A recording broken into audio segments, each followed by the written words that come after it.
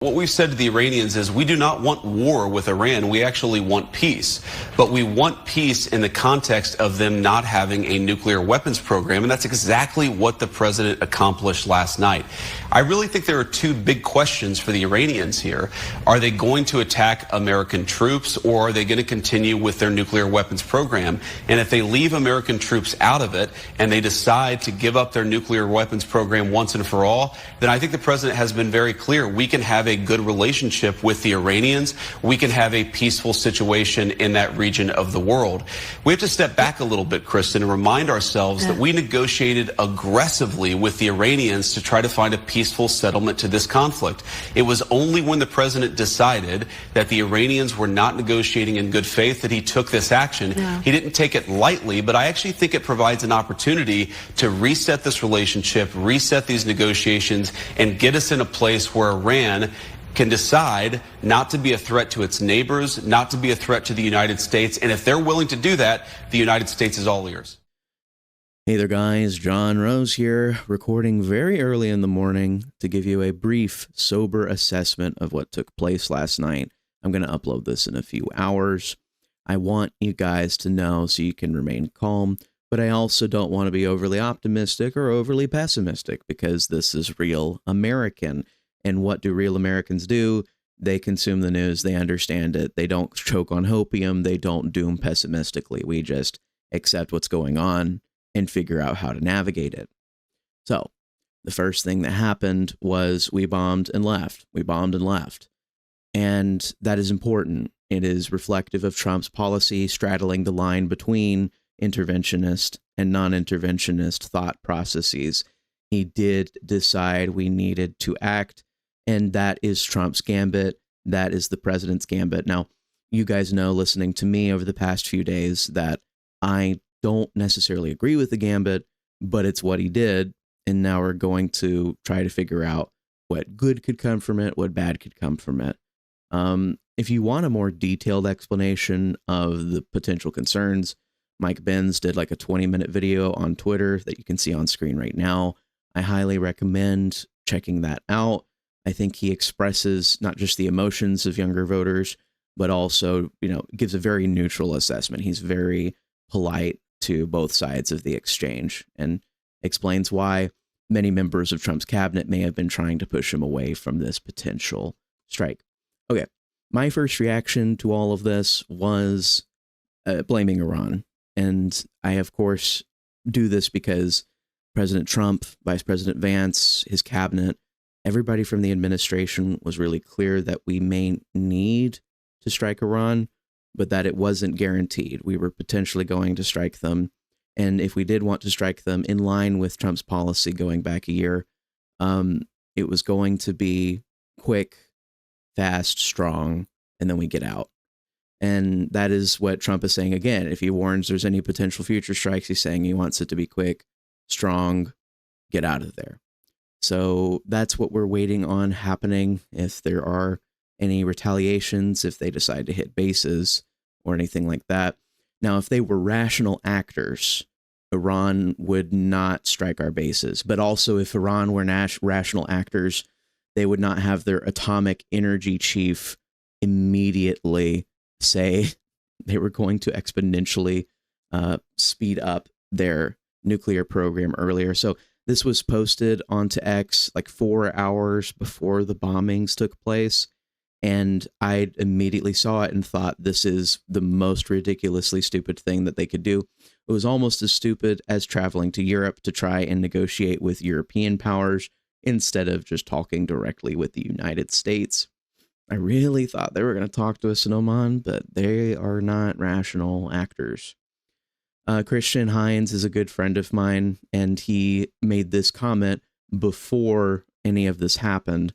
And he said, this is the equivalent of the Russians declaring general mobilization at the same time the German government had reversed course and began to try and raid in Austria-Hungary. And if you don't know much history, that is just him saying it was a very, very poor decision. Utter madness. Is Tehran not aware of the mass outpouring across the right and left alike against America getting involved in war with Iran?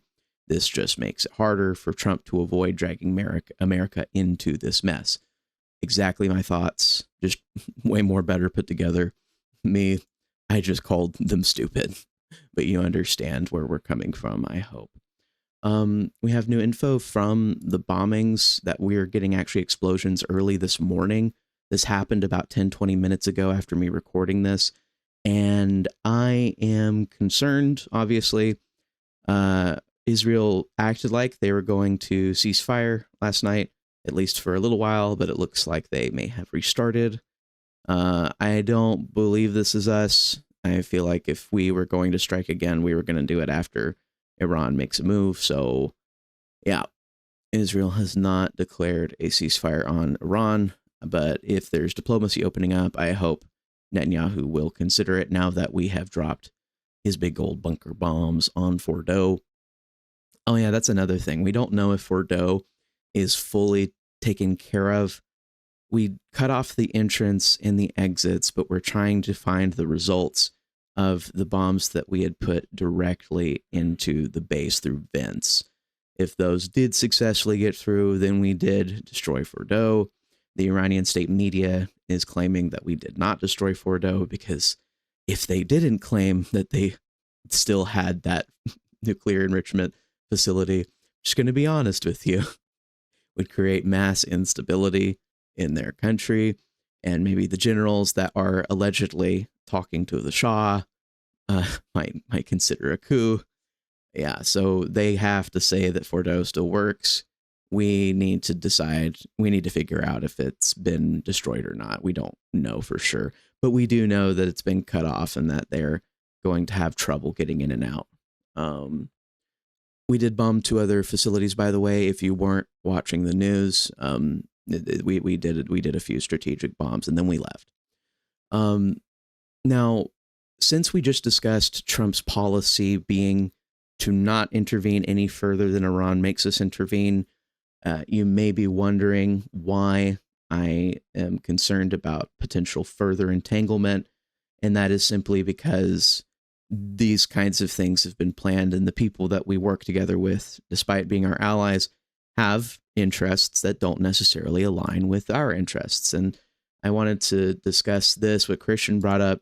I haven't read this, but Christian said in 1996, a policy paper titled A Clean Break, a New Strategy for Securing the Realm, was written for Prime Minister Benjamin Netanyahu that explicitly called for regime change in Iraq and Syria and destroying Iran's regional influence. What has happened since then is the systematic unfolding of that document piece by piece. John Birch Society said these plans have been in place for a long time. Christian said, I may do a longer post going through the entire paper when I get the chance. If you guys want me to read the paper with you on stream or on a video, let me know in the comments. But yeah, that is the crux of the issue.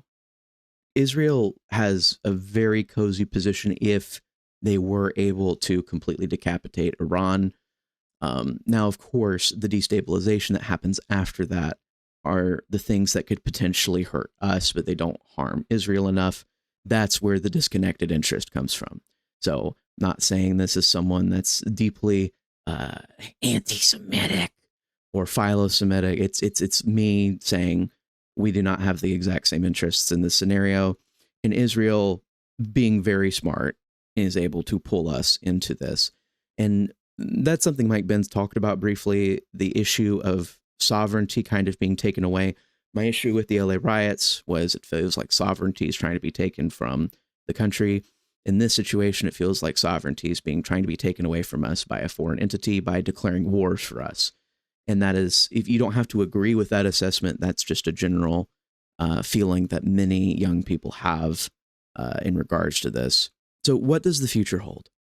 I believe Israel and the neoconservatives, anybody associated with the military-industrial complex that would financially benefit from this, will try to escalate. That's how incentives work. When you have an incentive to do something, you usually do it. Trump will attempt to not escalate, and this is the gambit. Can Trump hold off the impulses to escalate? Will Iran force him to escalate? Will Israel create scenarios where escalation is the only real option for Trump? It's all kind of up in the air, and how Trump handles this going forward will completely change the fabric of his presidency in popular memory. Of course, Trump's done so many good things for the country. He's always going to be considered a wonderful, great president by many people, including me. But there's a lot that could change here. There's a lot that we could see happen that complicates his legacy. Could be good, could be bad. We will see. The real primary thing that I think is a much higher chance that has a much higher chance of happening now is Iran destabilizing. So Iran will most likely have trouble maintaining power if we did eliminate their nuclear capacity, or if we do in the near future. So the government, which is evil, is going to fall, but then the chaos that ensues after it falls and is replaced with something else is going to damage a few different things. It's going to damage the world oil market. It's going to damage our relations, trying to negotiate with Russia and China. It's going to potentially damage inflation at home and some of Donald Trump's trade deals, among other things. That was the whole thing. And of course, if they do have a fragmented civil war where there's a couple of different factions holding different pieces of Iran, then there'll be a migrant crisis, like I discussed before. Those are all the things I think they have a much, much higher chance of happening now. And of course, I'm not happy about any of those things. But what I say to people that may be dooming right now is that you have to live in reality.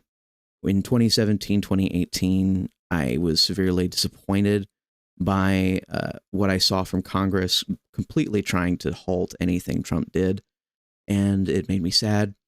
But I still voted for Trump in 2020 and 2024 because I knew that was what would be best for the country. I didn't start falling into absolute delusions that some of these people have about there being a grass is greener scenario with the Democrats in charge. In fact, I actually saw some posts earlier that were explicitly pointing out that Harris was warmongering during her campaign last year, saying that she would do anything. All options are on the table for assisting Israel with Iran. Who knows? Maybe she could have bombed them sooner than Trump. So we have no clue. And there's not a lot of you speculating it, but you still did the right thing voting last year. And you will continue to do the right thing supporting President Trump. Pray for peace and stability. That's something that you can do this Sunday. Pray for peace, pray for stability at home and abroad. If you can, I know it may not make a lot of sense to someone who really just wants the evil people to leave power, but stability is the thing that will keep Trump's agenda intact. Instability, chaos, civil war, those things will cause it to be damaged. Not destroyed, damaged.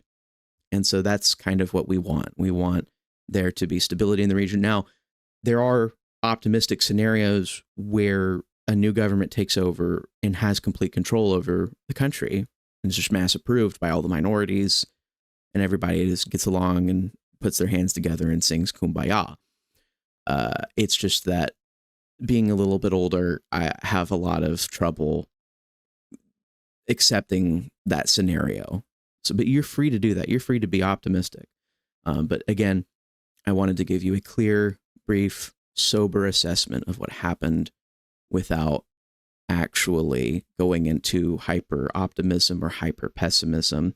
I think some bad things will happen now. I think Iran, being an irrational actor, will retaliate. But we don't know what the future holds. We can only pray for what is good and righteous, to pray for peace and to pray that people do not suffer. I hope that that is a message you can get along with this morning. I hope that you have a beautiful morning, and God be with all of you in all of your days. Godspeed to all of you.